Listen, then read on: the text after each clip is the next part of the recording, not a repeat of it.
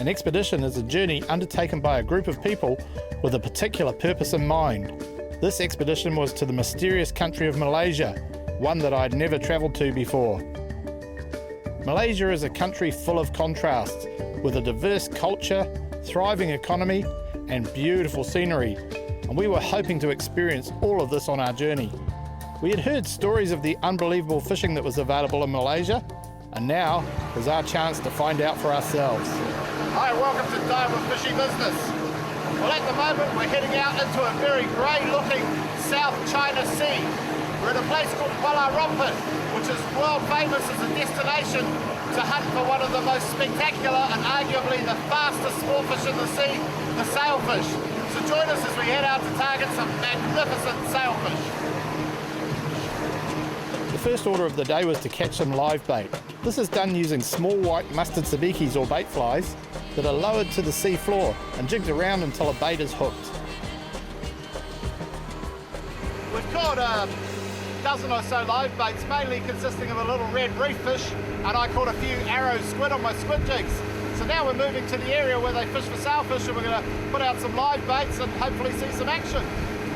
Let's hope the sailfish are biting.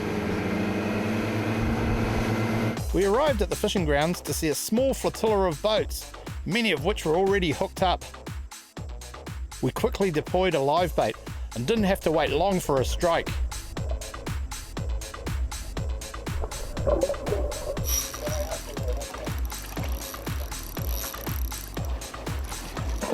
"10 minutes with a decent bait in the water and we're hooked up.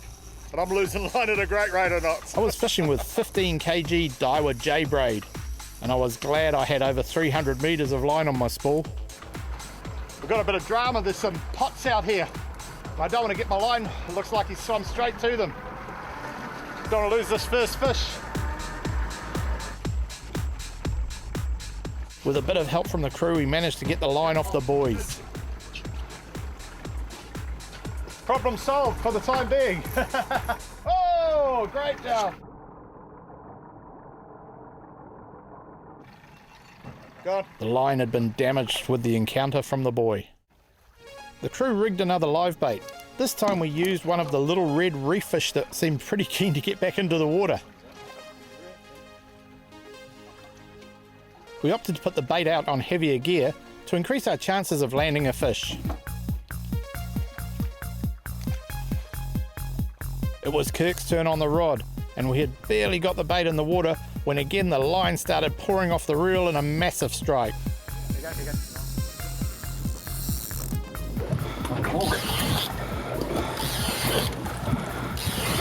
Okay, here he comes. This sailfish proved why they have such a reputation, as it put on a display like you'd never seen before, with massive runs, huge jumps and head shakes. Surely this must be one of the most impressive sport fish that swims. I've got a fish on. Another sailfish has just come steaming past the front of the boat, tailing. My first ever sailfish. I'm stoked. Sailfish are capable of incredible bursts of speed. The bait wasn't in the water 5 minutes. Man, this is some awesome fishing. It really makes it worth its while. 12 hours on a plane, about 5 hours in a car, about a day and a half to get to the resort. All sailfish are released by anglers fishing in Kuala Lumpur to protect the fishery. The use of small circle hooks that hook the fish in the corner of the jaw and careful handling make the survival rates very good. Fish of a lifetime, right here. What a fight, what a fish. What an awesome looking fish. Absolutely beautiful. The second day of our fishing expedition came around quickly, and today was definitely going to be Sean's day. Oh yeah, nice fish. We've been a bit more proactive this morning and we've been following the birds around a lot more. We were rewarded early on with a hookup which we lost, and now Sean's into his second one of the day, so it's looking promising. Let's hope we can get it on. So this fish is really starting to create a bit of action in the air. Sailfish have been clocked to over 110 kilometres an hour, which is an incredible speed. They can grow up to 3.4 metres in length. I think I'll go easy on this one. I think I might have been a little bit aggressive on the last fish I dropped, and I know Adam's keen to have a turn, so this might be my last chance. Sailfish fishing in Romper never took off until 1998. Some people put it down to the El Nino conditions, but since then there have been large numbers of sailfish every year. No, I think we'll let them tire out a little bit more. A large fleet of charter boats operate out of the Rompin River. Most of these rigs are long fiberglass boats with a hard top and twin outboards. They also sport pretty good electronics. Sailfish hunting packs. It is said they use their large sail to herd up bait fish and also for heating and cooling their bodies. That's number 3, and that was a lot harder to get than the first couple, so I think you take a little bit for granted when we got the first one a little bit easier than I thought, and this one's taken a day and a half for me to land, so basically beautiful fish. I don't know if you can see the colours, but it's a stunning fish. Look at that green and the purple.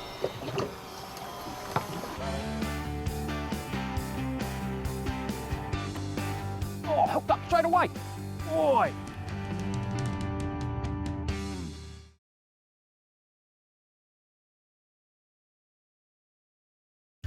The conditions were looking superb for this offshore trip, with variable winds and calm seas. Everyone's definition of offshore fishing is a little different. For some, it's getting in an aircraft and heading overseas, maybe to the islands or to some other exotic destination. For me on the ski, it's more about heading out wide. Today, I'm heading about 35 miles due east towards Argentina. So we'll see what happens, see how we go.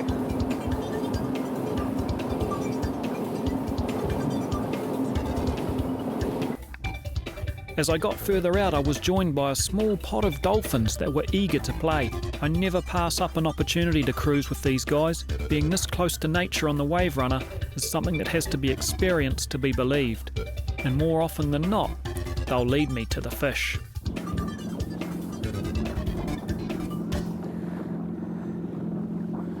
Just run over some structure on the way out. It's doing about 30 odd knots, 35 knots, and it showed it coming up from 90 metres up to about 65. So I've turned around, I've got the jig rod ready. I'm going to see if we can't find some fish on it. There was some really nice signs showing at all depths on the HDS7, and I was keen to get started to see if they were hungry.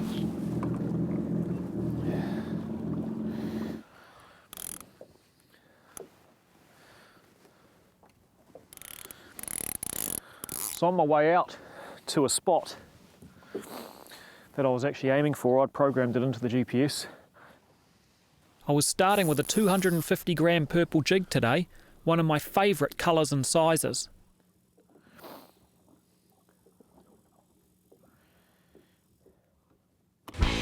Oh, hooked up straight away. Oi! The jig just stopped, I was dropping down, I'm in the middle of nowhere, uncharted spot. I've hooked up to something. No, it's got a pull, that's a kingy. What a start to the day.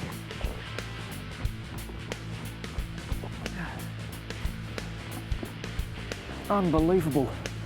And that's the advantage of using your sounder, using all your electronics.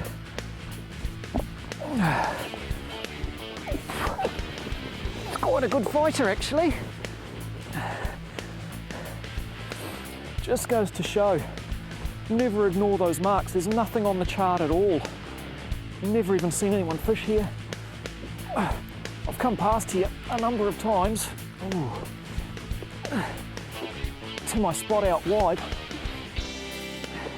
and just found this. Geez, I need to start getting some line back.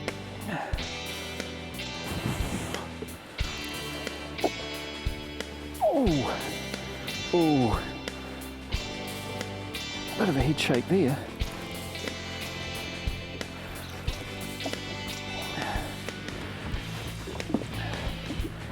Get some line now. Getting close.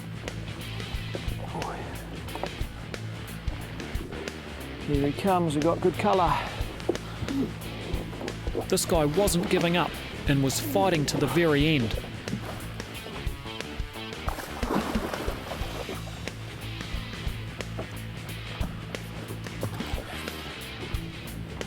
He's nicely hooked in the corner of the mouth. Often, once kingfish break the surface after a long fight, they will relax a little. This allows the angler to lift them in using the jig instead of gaffing them unnecessarily, meaning they can be released again if that's what you choose to do. How's that for a nice fish on the wave runner? Beautiful. Let's set him free.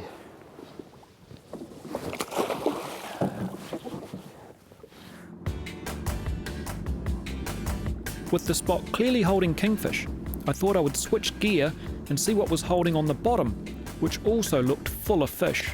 Because in 70 metres of water there could be big snapper. Who knows what else? Hooker. All of which would be pretty good to catch on light tackle. Oh, I'm getting an inquiry. Yeah, fish on.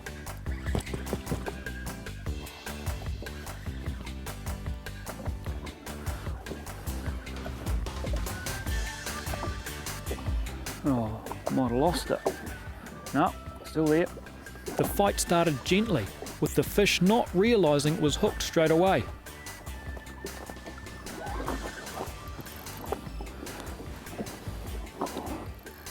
Oh, he's got a bit of pull now, he's come up off the bottom.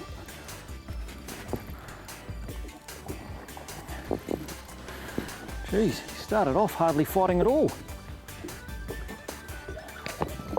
Oh.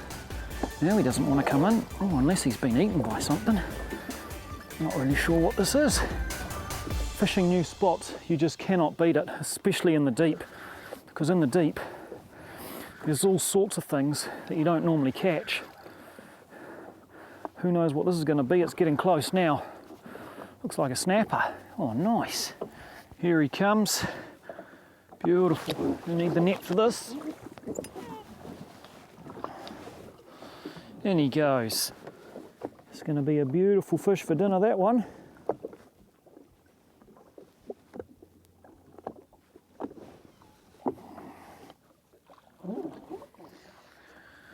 And there you go, a beautiful fat snapper, not on spot X, not going by somewhere on the chart, but by cruising and watching the sounder.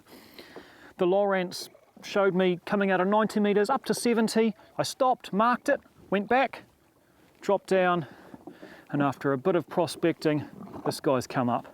What a beautiful fish. USA is known for supersizing everything, and they even supersize their abalone. It's going to be a lot bigger than that.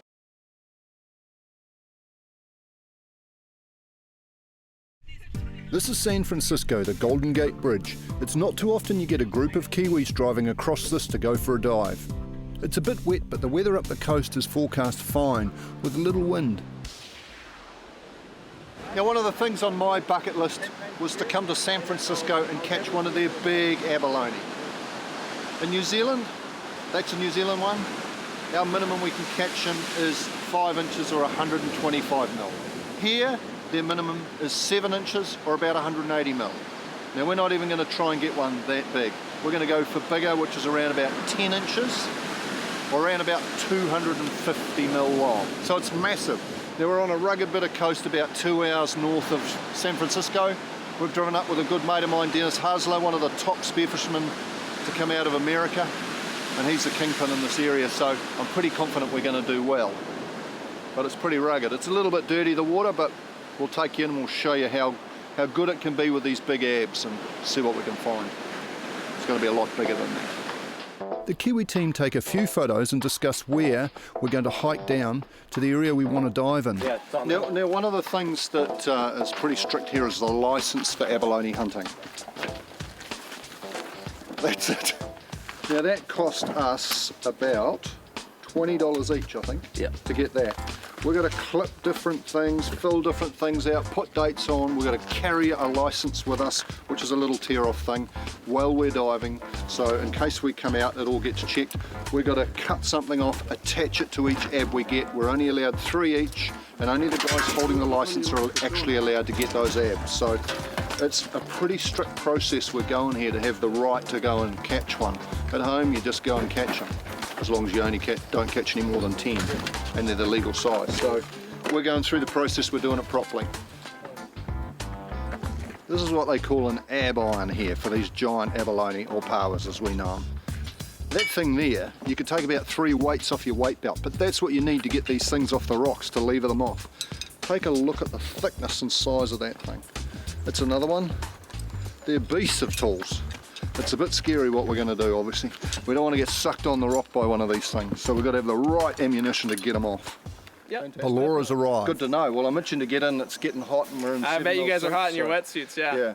Yeah, Just be careful out there. Be careful on the south end of the cove. There is a little rip current, and we do have a little bit of south swell running today, so. Okay, sounds good. Just be careful out there. We're pretty well prepared. All right. Good to meet you. Yep, enjoy your guys' trip. Thanks very much. This guy was called a lifeguard. He doubled as a gun-toting fisheries officer also.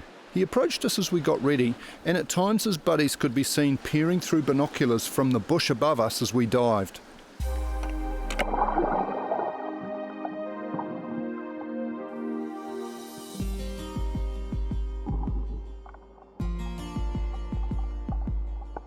There's big abs everywhere close to shore. I followed Dennis, and he soon had one close to 10 inches. There are a few fish here, but we're here for the abs and wanted to taste some and take home some big trophy shells. There's a sea lion colony close to where we're diving, and it's very dirty, as you can see. It's very unnerving.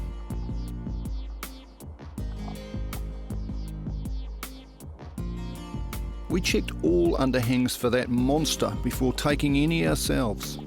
It's great country for things to hide in.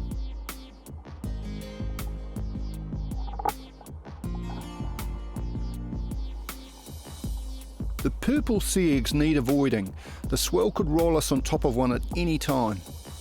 Interesting to see the abs on kelp stems. Not sure if they're feeding or using the height to feed higher up in the current. Colin Smith is a top commercial sea egg and power diver. He works all over the coast of New Zealand, but this is a first for him. There's nothing this size in New Zealand.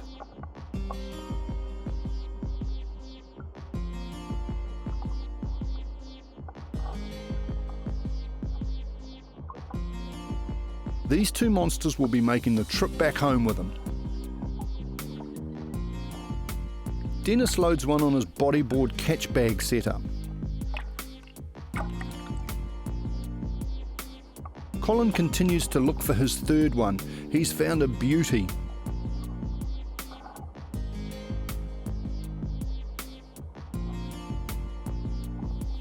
He shows you the local measuring tool and how easy it is to do while still on the bottom. It's easily big enough. They also have an incredibly thick shell. There's so much weight in carrying 3 of these back to the surface. We're back from our day's diving up the coast from San Francisco. It's now time to prepare the catch. Now, as you can see, these things are absolutely enormous. The weight of these, we estimate to be around about 4 kilos for each one, or up to sort of 4 kilos. They're very, very heavy, and you can see the depth of them, how thick they are. Cleaning these beasts is not easy. Each one is a meal for a whole family. You've got to remove all the gut. That is a lot of abalone. Awesome. So all the team want to have a go at doing one. No, better. The tool used to lever them from the bottom is also used to lever them from the shell. As we all find out, it's not that easy.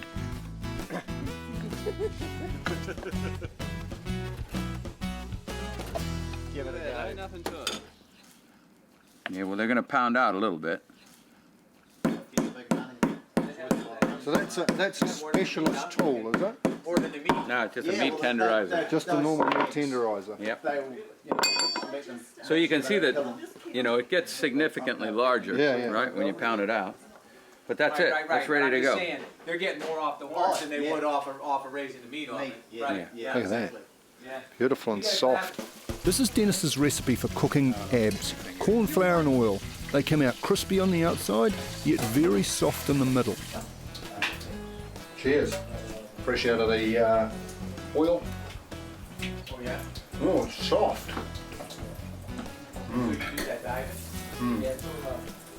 Just like at home. Just same as New Zealand power. Is it? But probably a little better. Beautiful and tender. Let's try another bit.